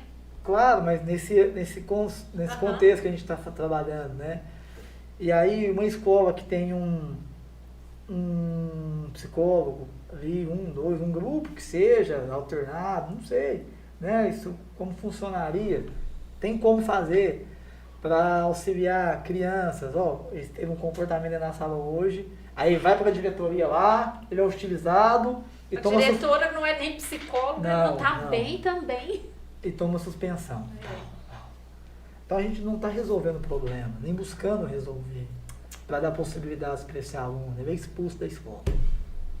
Porque ele foi indisciplinado. Beleza, mas vamos entender aqui. Então, realmente é uma ferida difícil de ser estancada. Difícil. Sim. Porque quantos escolas no estado tem, quantos professores nós temos que precisam de ajuda, quantos alunos estão debaixo, né, desses professores, e esses alunos também precisam de ajuda, né? Aí vem toda essa questão do preconceito em buscar ajuda especializada dos pais, muitas das vezes, né? De buscar um psicólogo, um terapeuta, de ir no psiquiatra, né? Se criou, infelizmente, uma demonização do psiquiatra. Quem vai no psiquiatra é doido. Isso é infantilidade, gente. Quem pensa assim é menino, não é assim, né? O psicólogo. Então, a gente precisa ter essa consciência. E o que vocês têm feito aqui já há algum tempo, né? Sempre trazendo profissionais, falando e batendo essa tecla. Social e saúde. Biopsicossocial, né? Biológico, saúde, social. A pessoa que está bem com ela mesma, tem uma boa saúde, ela vive bem socialmente. Sim. Não é isso? Então, realmente, é uma ferida que precisa ser estancada. Eu estava vendo aqui os comentários, o pessoal falando eu ia te falar do narguilé, né? Do narguilé, o pessoal falando do cigarro de palha, né? Assim, tudo muito nocivo, né? Hoje também, a gente está vendo até já uma outra modalidade de cigarro hoje, né? Que, para ficar mais... Cigarro eletrônico. Né? Então, assim, isso não vai parar de acontecer. Como tudo nessa sociedade se atualiza, até as drogas também, elas vão se reformulando. Vão surgindo novas drogas lícitas como ilícitas. Vão surgindo novas maneiras de consumo também. Tudo se alterna. Os padrões de consumo também mudam. Porque essa droga de hoje não é mais a droga que o Bruno usou há 10 anos atrás. Então tudo se alterna, o padrão de consumo, a maneira de se fazer o uso da droga, né? Tudo vai se alternando e vai se atualizando também. E aí, como nós temos nos preparado para essas atualizações? Como que a escola tem se preparado? De maneira nenhuma. De maneira nenhuma. Né? Então, a gente precisa realmente, urgente, de trabalhos estruturantes, efetivos na prevenção sobre drogas no ambiente escolar. Ô Bruno, mas assim, usar um exemplo que eu escutei isso lá há muitos anos atrás no tiro de guerra. O militar é assim, como se fosse um parafuso. O comandante, o general, aperta um pouquinho o parafuso, que aperta para o sargento, que aperta para o cabo, que aperta para o soldado. Aí começa. Então, usando essa mesma analogia, o nosso Estado, o Estado brasileiro. O Estado brasileiro, nós temos deficiência na segurança pública, nós temos deficiência na saúde e nós temos deficiências seríssimas na educação. Aí a gente vê que nós temos na saúde corte de verbas, nós temos pessoas sofrendo na fila, medicamentos que não chegam. A gente vê na segurança pública, nós temos policiais despreparados, que muitas vezes agem arbitrariamente, igual aconteceu, passou na televisão, o policial imobilizando uma mãe com a criança no colo. A mãe podia estar errada do jeito que for, mas a criança bateu a cabecinha no chão. A conta não é aquela. Precisou de alguém ir lá e pedir autorização policial para pegar a criança do colo. E a outra criança que estava lá estava chutando o outro policial para tentar defender a mãe. A mãe não tinha como atacar o policial com a criança no colo, então o policial não foi atacado. Sim. Ele usou uma força desnecessária. E a gente vê a educação, o caos que está. Bom, a gente pega muito aqui no nosso programa, igual você trabalha também, focando a prevenção. Tudo na vida, a gente foca a prevenção. Se eu vou no dentista periodicamente fazer limpeza, meu dente não vai cariar e meu dente não dói. Se o governo investisse mais na educação, na saúde e na segurança, nós não teríamos tantos problemas.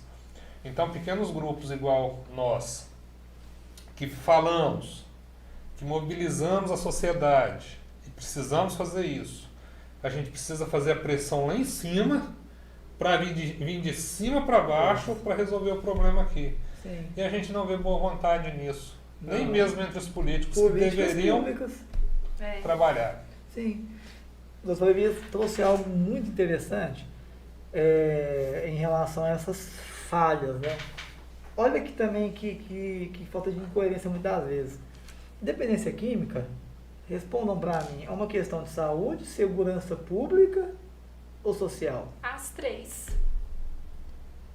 Para mim, as três. Hoje, a dependência química ela é de responsabilidade da saúde. Uberaba não tem uma instituição que acolhe dependente químico. Uma cidade desse tamanho, desse porte. Acolhe e faz tratamento, né? Uhum. Que aí existem vários modelos de tratamento. Isso aí é um outro assunto. Assunto, né? Mas porque existem vários modelos. Existe a involuntária, a voluntária, né? Existem vários modelos de tratamento. Então, é uma questão de saúde pública hoje. Não é mais a segurança. Porque antes era criminalizado. O usuário, o dependente químico, era um criminoso. Hoje não. Né? Tem até uma PL que vai ser votada agora para descriminalizar o porte de droga. Esse cara que é usuário. Então tem muita coisa acontecendo. Mas, vamos lá. Se não é uma questão mais da segurança, porque não é mais criminoso, o que a saúde está fazendo pelo dependente químico? Aí, como que eu desatrelo, eu desvencilio a dependência química da segurança pública e da educação? Mas, Bruno, não tem jeito, né? Eu não Porque tenho o como. ser, ele está transitando nesses eu não três tenho como ambientes. tirar, eu não tenho como tirar esse indivíduo da segurança pública, porque se ele, uma vez dependente, que ele precisou da droga e ele não tem acesso, ele vai assaltar alguém. Todo dependente químico, em algum momento, ele vai se criminalizar. Mesmo que ele faça dentro de casa, ele está se criminalizando, Sim. ele está pegando algo que não é dele.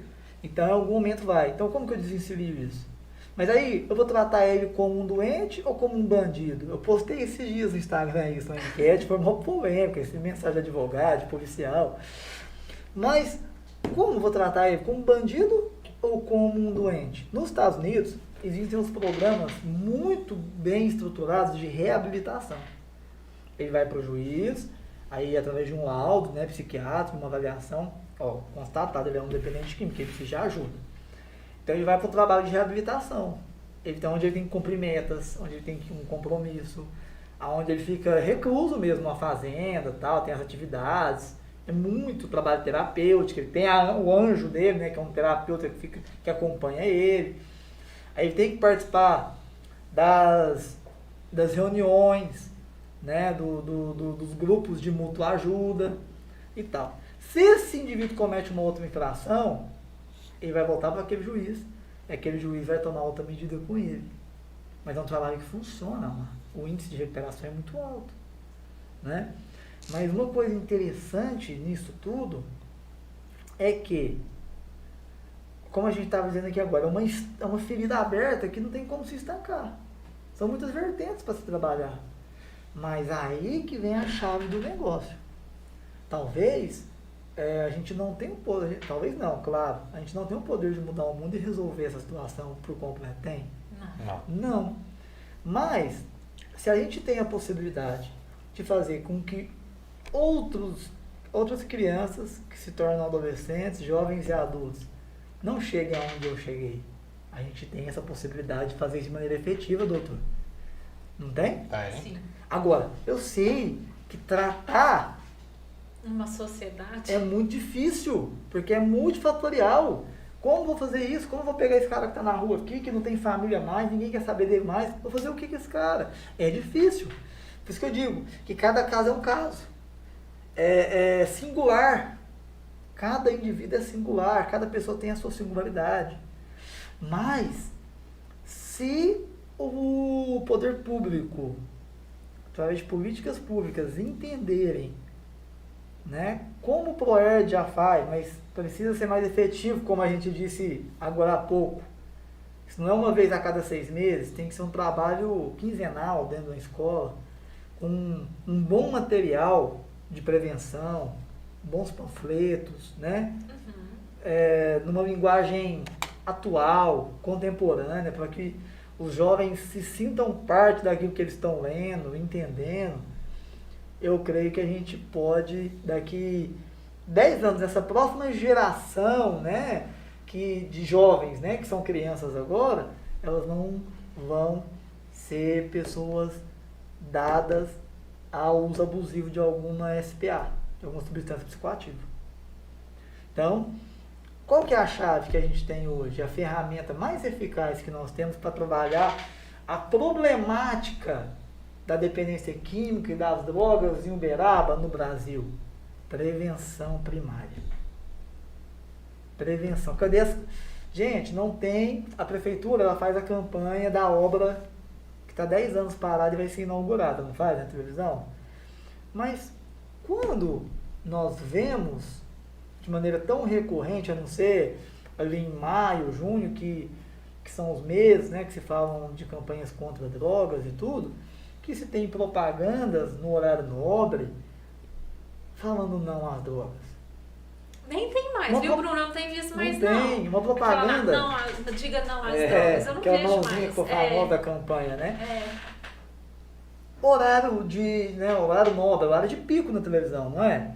Uma campanha ali de 30 segundos mostrando como aquela época do cigarro, quando a lei foi votada e o cigarro passou, as empresas passaram até a obrigatoriedade de expor no rótulo os efeitos e malefícios do cigarro, câncer de boca, câncer de pulmão, né? E tudo.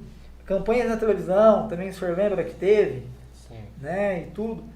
A gente não vê isso de maneira recorrente no tocante à dependência química, ao uso de drogas abusivo, ao uso abusivo de qualquer substância. Propaganda simples, que seja de 30 segundos, tem como fazer. A gente não vê. Então, nós estamos... Ou o poder público ele não entendeu o tamanho da problemática, porque na verdade ele só vê na hora de assinar um cheque. Eu acho que ele virou as costas. Que ele vê o problema. Peraí, nossa, mas tantos milhões para tratar a saúde pública, mas essa porcentagem aqui é para tratamento de dependente químico? O Uberaba está fechando convênio aí com outras cidades para internar a pessoa daqui. Né? Tem um grande amigo meu, o Carlos Soares, vocês conhecem o Carlos, né? Uhum. A gente sempre discutiu muito sobre isso. É possível, sim, se ter uma comunidade terapêutica pública. Comunidade terapêutica pública. Aonde se tratam os dependentes químicos de Uberaba, gente? Em lugar nenhum.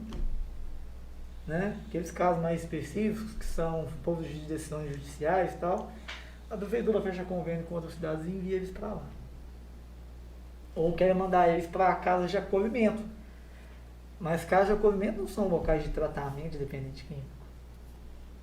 São coisas diferentes. E olha que coisa interessante. Talvez você que está nos assistindo, ou até vocês, não saibam disso.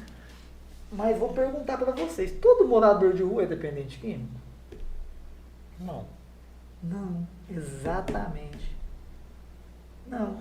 Talvez esse cara que está na rua, ele até toma uma pinga de madrugada para esquentar. Eu já dormi na rua, eu sei como é. Mas ele não é dependente químico. Aí sim, ele precisa de uma casa de apoio. Entende?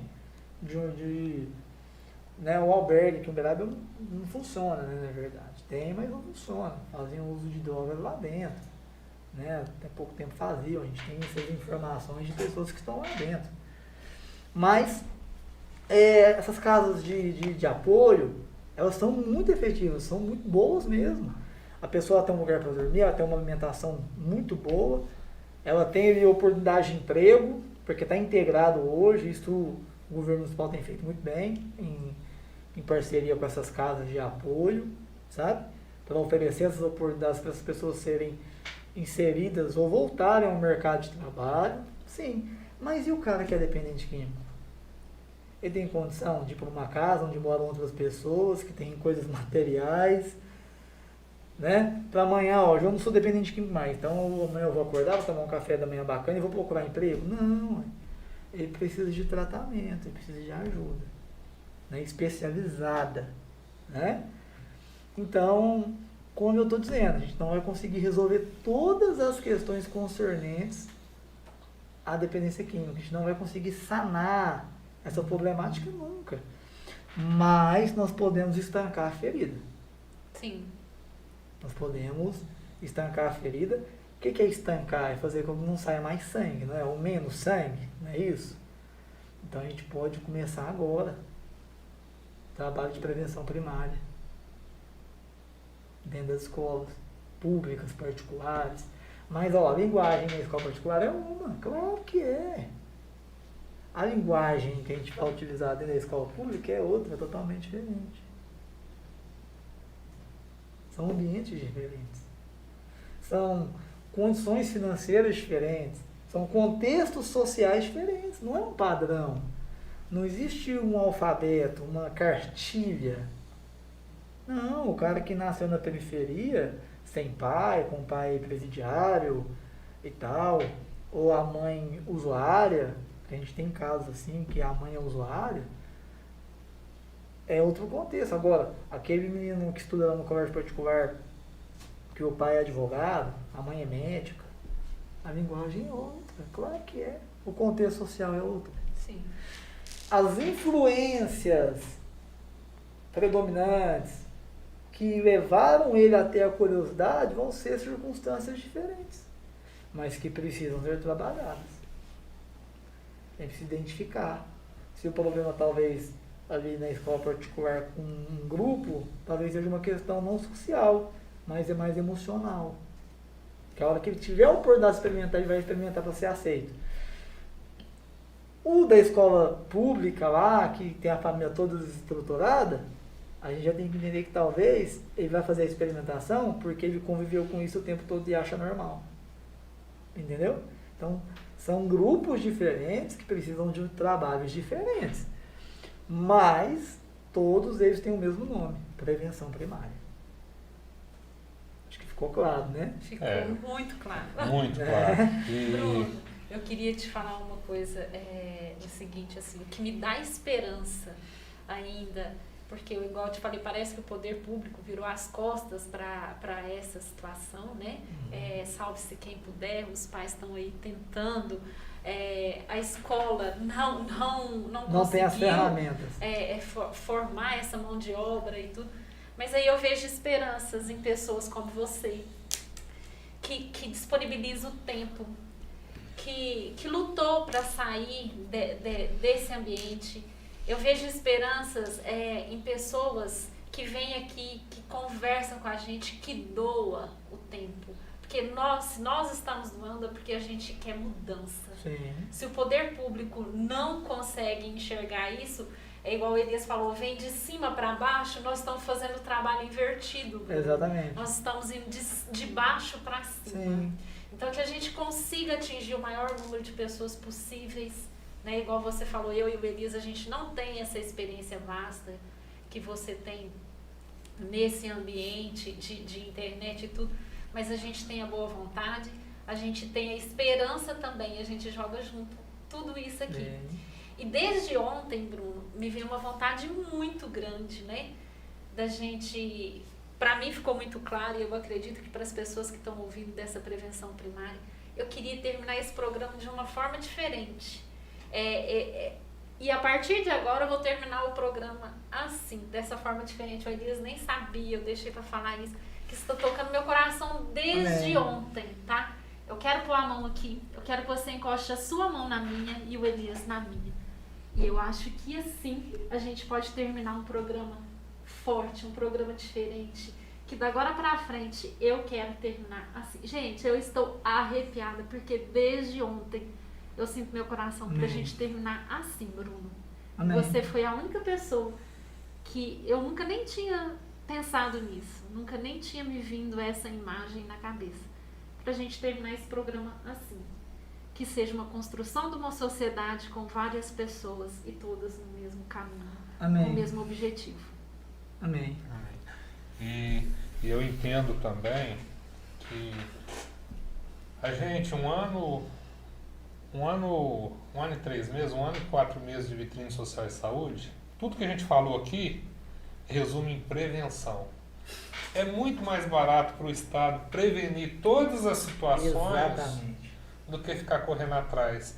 Se uma pessoa vai lá no postinho de saúde porque está com o dente cariado e vai ter que tratar canal, vai ter que tratar o dente, vai ter que fazer um monte de procedimentos, se o município tivesse investido na criança lá para não deixar ela cariar o dente, não tinha que tratar o dente depois. Os mutirões nas escolas municipais. Já das teve crianças, campanhas, né? né? Já teve programas Eu lembro que- assim, eu e lembro- tudo é abandonado. eu sou da época que do- traz eu sou da época do desconstrução pra flúor. sociedade. Eu sou da época do flúor, que toda semana na escola tinha um flúor. Você lembra disso? Não? Vocês lembram disso nas escolas? Tinha a Na época, minha época não teve. tinha a época do flúor. Toda semana, aí por toda quinta-feira é a sala de vocês. Aí ia lá na sala, ó, vem de 5 em 5. A gente ia lá no refeitório, aí tinha lá a dentista. Ela aplicava flúor, tipo de 15 em 15 dias e tal. Ó, 1 minuto aí gargarejando. Pode cuspir. Agora escova os dentes. Toda, de 15 em 15 dias tinha isso nas escolas. Prevenção primária. Prevenção primária. Não, se pegasse aquelas 5 crianças, o dentista, e falasse, não, agora vamos aprender a escovar. Você vai fazer assim, assim, assim, vai passar o fio dental. Ainda aprimorava muito Sim, mais. mas ainda onde, só usar uma expressão fantástica, de baixo para cima, é onde as OSCs, que são as organizações da sociedade civil, elas estão fazendo o trabalho do primeiro setor, Sim. que é da máquina pública. O nosso trabalho é de formiguinha, a gente vai se unindo para fazer alguma coisa aqui por baixo, porque lá em cima não fez. Só que falta, aí o que a prefeitura tem que fazer então? Vou parar de fazer meia boca, né?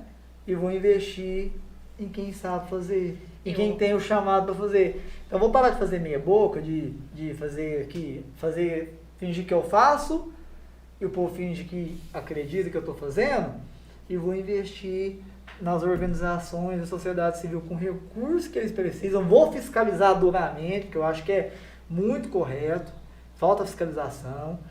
Vou fiscalizar piamente, que é a prestação de conta, mas eu vou investir para que você então resolva essa problemática da cidade. Eu acho assim, Bruno, que toda administração, eu acho que todas as cidades, a sociedade, o administrador público tinha que chegar lá, por exemplo, igual na sua época tinha lá, né, o flúor, nas escolas, isso é bom para a sociedade? Entra prefeito, sai prefeito, o programa não termina. Não. Entendeu?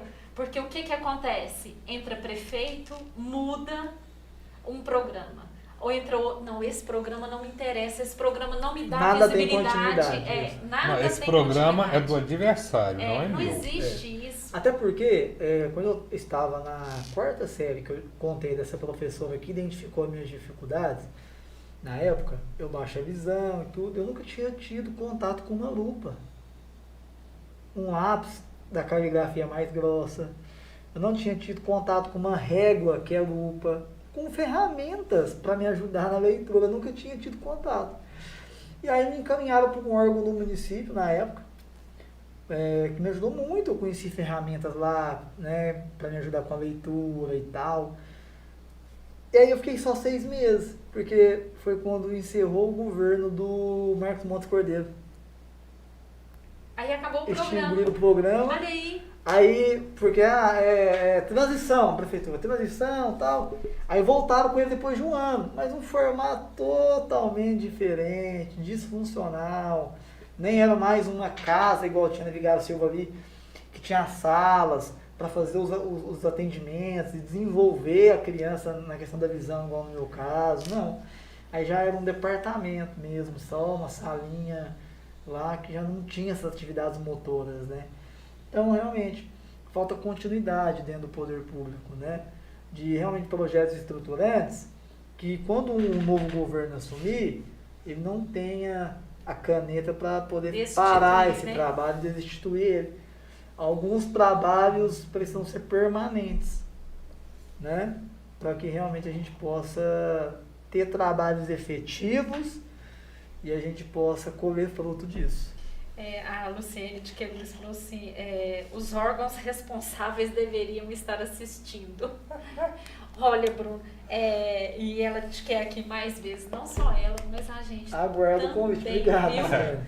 Que a gente quer você aqui, quer tantas outras pessoas, tantos outros companheiros que eu e o Elias, a gente tem encontrado nesse caminho. Eu tenho falado sempre, eu pego a parte boa do Covid. Se não fosse o Covid, eu não tinha te conhecido, porque eu não visitava o Instagram, eu não ia conhecer o Bruno, né? Eu não ia lá stalkear, né? Eles falam stalkear? Como é que fala, Bruno? Quando a gente vai lá e olha o perfil da pessoa?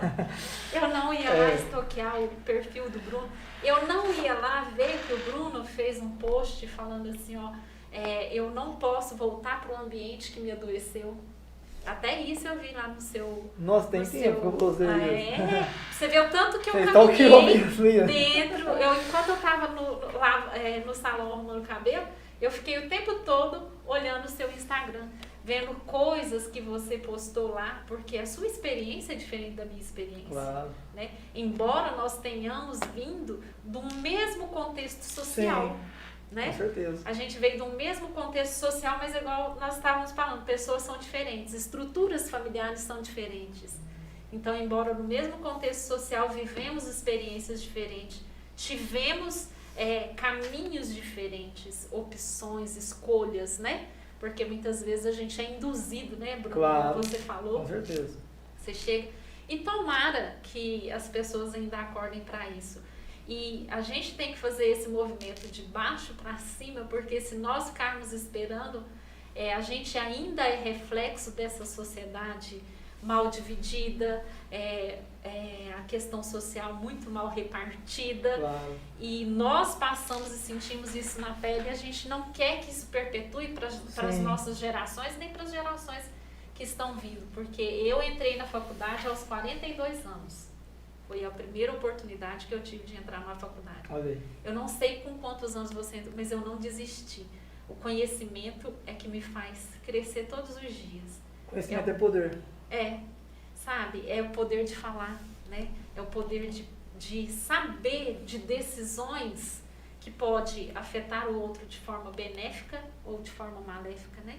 Sim. Então, se nós estamos aqui empenhados em falar de prevenção para todo mundo, a gente quer tocar o coração, você tem pessoas que te seguem e vão te ouvir, que você vai poder falar, olha, vamos lá, vamos unir forças Porque assim como eu posso unir força com você, você comigo, e a gente vai fazendo essa cadeia de pessoas que querem ajudar o próximo, que querem ajudar as próximas gerações, porque se a gente não mudar esse contexto social nosso, a gente não vai ver belos frutos no futuro. Uma coisa que eu acredito muito, que as nossas cicatrizes, elas sinalizam aquilo que nós aprendemos e nós temos a ensinar para o outro.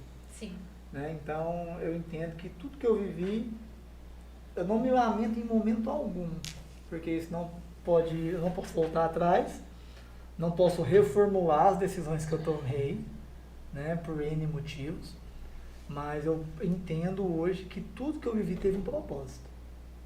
E a maior dificuldade das pessoas talvez é esse, é entender o porquê que ela viveu tal desgraça, por que ela viveu tal percalço. Não precisa amaldiçoar o sofrimento, né? Não, na verdade eu sou grato a Deus por ter sido nóia, dependente químico, usuário de crack, por ter dormido na rua, porque se não fosse isso tudo, eu não estaria aqui. Não teria essa construção.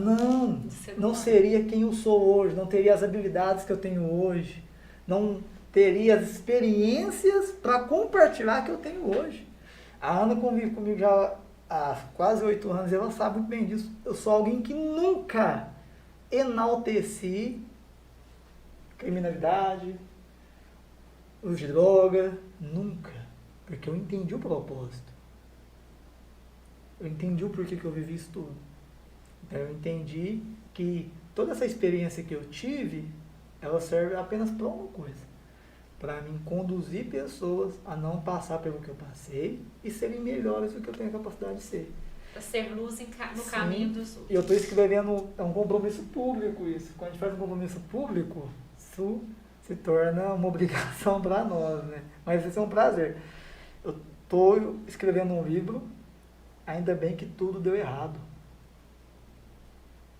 A gente não, hoje a sociedade ela não está preparada para nada dar errado. Uhum. As pessoas, elas querem que tudo dê certo, elas querem ser felizes todos os dias, elas querem um resultado imediato de tudo que elas fazem, elas não querem ser contrariadas, mas eu falo, ainda bem que tudo deu errado.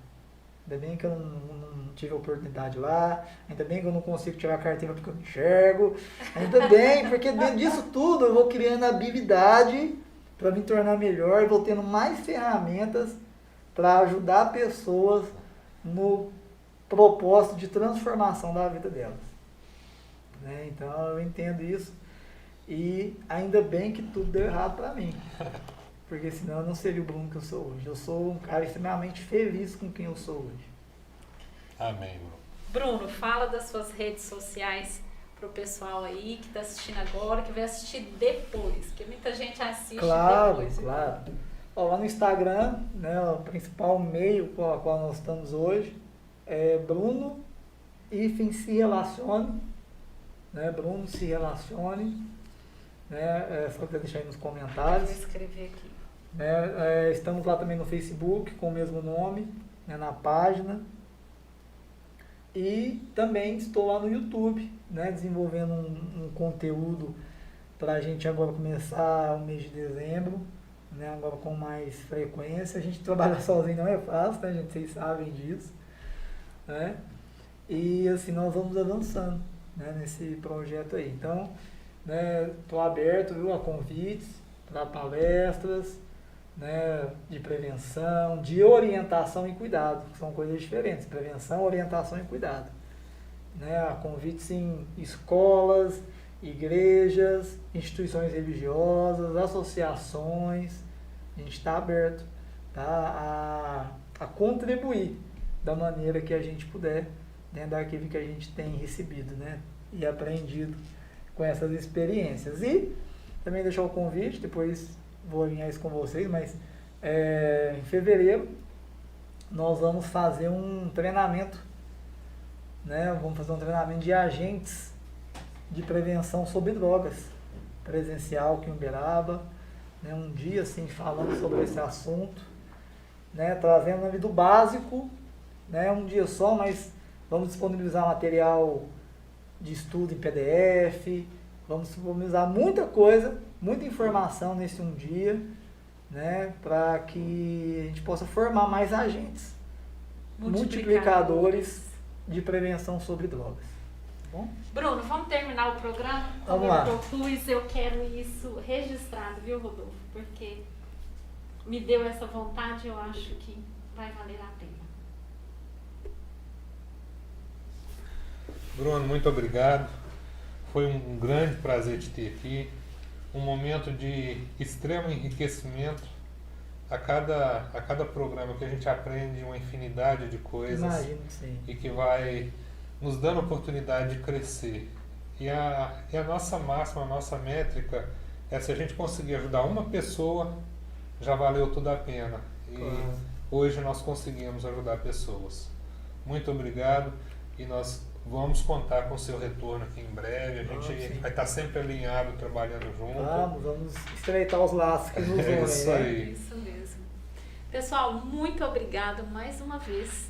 E a gente encerrando esse programa assim, de maneira inusitada, mas com o coração cheio de alegria, cheio de conhecimento. Vitrine Social e Saúde aguarda vocês no próximo sábado.